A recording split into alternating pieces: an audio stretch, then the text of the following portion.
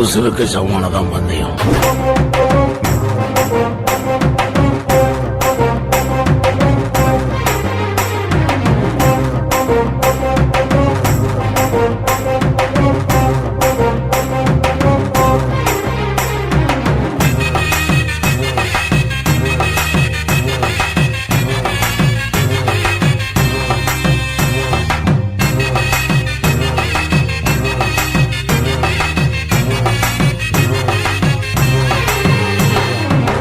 துரோகங்கள் எத்தனையோ கண்டிருப்பான் தலைவன், துன்பங்கள் எத்தனையோ கடந்திருப்பான் தலைவன்.